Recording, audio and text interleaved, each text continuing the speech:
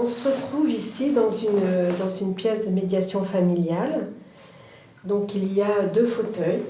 Un fauteuil pour vous, madame, et un fauteuil pour monsieur, qui n'est pas là. Mais en tous les cas, pour représenter monsieur, nous allons mettre sur le fauteuil la lettre qu'il vous a écrite, madame. Alors, monsieur, vous dites que vous alliez mal. Vous parlez plutôt de tous ces derniers temps, comme s'il y avait eu une accentuation de quelque chose. Je crois que ce qui allait mal ces derniers temps, c'était le désir peut-être de partir enfin pas de partir, puisqu'il n'a jamais été là, mais d'en finir.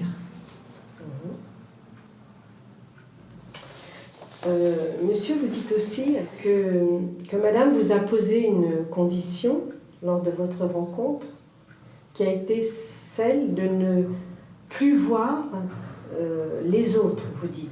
Les autres, sans doute, est-ce les autres femmes? Oui, et je lui avais dit que si j'avais la certitude d'être différente, d'avoir vraiment ce statut de favorite, je pourrais accepter. Et bon, je ne sais pas si je l'aurais bien accepté, mais j'avais parlé de ça. Donc, et le plus drôle, c'est que je n'ai même pas su qu'il avait cessé de voir les autres. C'est-à-dire que même cette jouissance-là, elle m'a été dérobée. En fait, dans cette lettre, il y a une bonne nouvelle, sauf qu'elle ne sert plus à rien. Je n'ai pas pu profiter du fait que j'étais seule. J'ai même pas eu le plaisir. À votre avis, pourquoi, monsieur, vous ne l'avez pas dit à madame? Pour pas faire couple. Pour pas que votre demande s'engouffre dans une brèche. Moi, la première nuit qu'on a passée ensemble, le lendemain matin, il m'a dit, la première phrase, ça a été « Résistez-moi, si vous voulez que je vous aime. Résistez-moi. » Mais moi, je ne sais pas résister quand j'aime quelqu'un, je ne sais pas ce que ça veut dire de résister. Donc, on est parti tout de suite sur ces bases Et je pense qu'il m'a maintenue dans la demande. Je pense que c'est quand même un peu pervers aussi, parce que je pense que... il reprend ce mot généreux dans sa lettre. Je l'avais accusé de ne pas être généreux. Et je voulais dire par là que il m'a mis dans il a vu dans quelle position de demande il me mettait, et en fait il a joué avec aussi. Je pense que s'il avait donné un tout petit peu plus, ou s'il avait manifesté plus justement, par exemple ce statut que j'avais, qui était à part, il aurait un petit peu affaibli ma demande. Si je m'étais sentie en sécurité, protégée, rassurée, ben, j'aurais demandé un peu moins. Déjà que je ne demandais pas beaucoup, je trouve. Et monsieur, vous ne l'avez pas dit à madame que vous aviez cessé de voir les autres femmes? Clairement jamais, en tout cas. En revanche, est-ce que monsieur, vous avez exigé de la même façon que madame vous demandait d'être un peu la favorite, ou d'être tout à fait la favorite, est-ce que vous auriez pu exprimer quelque chose aussi en balancier à cette condition? Est-ce que monsieur, vous avez exprimé quelque chose? Madame, est-ce que monsieur, vous avez exprimé quelque chose? Je pense qu'il aurait aimé que moi aussi, pour être moins dans la demande, que moi aussi je sois plus volage, pour être moins en situation de demande. Je crois que c'est vrai que j'étais dans les rôles comme ça que nous nous sommes attribués. C'était moi qui étais dans la demande et lui qui était dans le refus. Enfin, il y a un moment où on se demande comment demander moins, être constamment caché, ne jamais pouvoir passer plus de 2 jours, voir l'autre péter les plombs quand on dit samedi soir. Il y a un moment où moins, qu'est-ce que c'est moins? Enfin, je veux dire, il y a un moment où ce moins, ça revient à rien. Pourtant, en même temps, monsieur, vous avez l'air de vous dire dans votre lettre, l'amour immense, en tous les cas, dans cette rencontre que vous avez éprouvée pour madame. Oui, on peut dire, voilà, c'est une entente extraordinaire, sauf qu'on se voit 1 heure par mois, quoi. Bon, oui, d'accord. Oui, une entente extraordinaire. Mais enfin, disons que c'était la peau de chagrin, il fallait que ce soit de moins en moins de temps, et je crois... oui, enfin, il y a un moment où il y a plus de frustration que de... En même temps, si l'on si l'on entend les termes de la lettre aussi, c'est-à-dire que cette qualité de relation dont monsieur vous parlez, en même temps, pour que cette qualité existe, il faut avoir un lien fort. Donc d'une certaine manière... Et je crois aussi que dans la lettre, il veut m'épargner et qu'il ne veut pas que cette lettre soit cruelle et que c'est aussi un peu du blabla du blabla gentil pour m'épargner, enrober tout ça c'est de la littérature. Ce que vous dites aussi, monsieur, c'est que pourtant vous avez cru à cette relation. C'est comme si ça avait été un peu une révélation, cette relation. C'est-à-dire vous avez cru qu'elle pourrait vous amener à ce bonheur auquel vous aspirez, mais que vous n'arrivez pas à vous laisser vivre. Hein, donc est-ce que ça c'est quelque chose que monsieur vous a dit, un peu l'unique de cette relation, le côté très, très nouveau, très exceptionnel. Oui, mais c'est pour ça que j'ai eu cette sensation de gâchis. C'est que si c'était si unique, si exceptionnel, pourquoi rien n'est possible? Moi, j'ai l'impression que je n'ai jamais...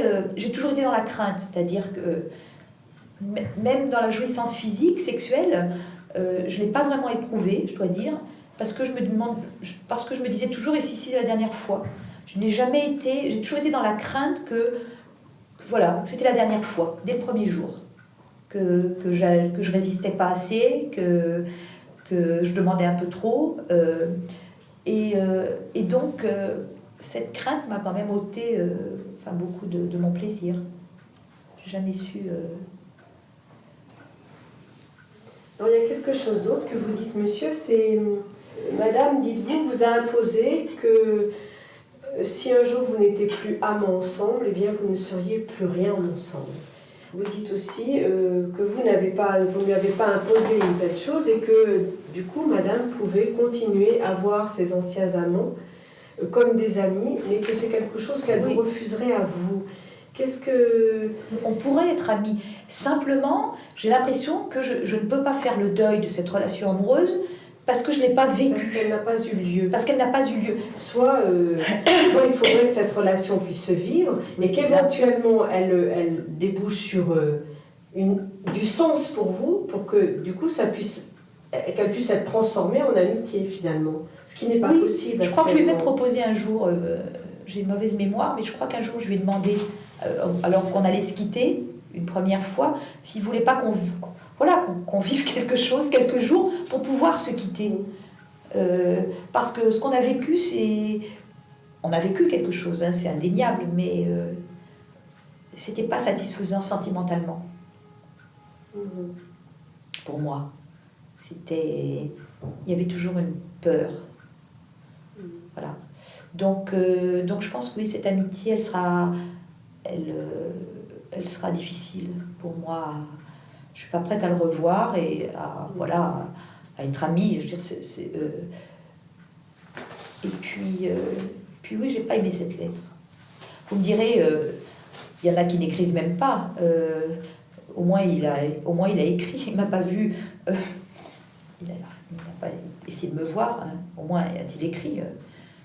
J'ai des souvenirs d'autres ruptures. Une fois, c'était un télégramme. Et une fois, un homme au téléphone auquel j'ai demandé qu'on se voie pour qu'il me dise pourquoi. Un homme avec lequel j'avais vécu 7 ans. Et je lui ai dit, mais on ne pourrait pas plutôt se voir plutôt que d'en parler, de se quitter au téléphone. Et il m'a répondu que ce serait antiproductif, contre-productif. Voilà.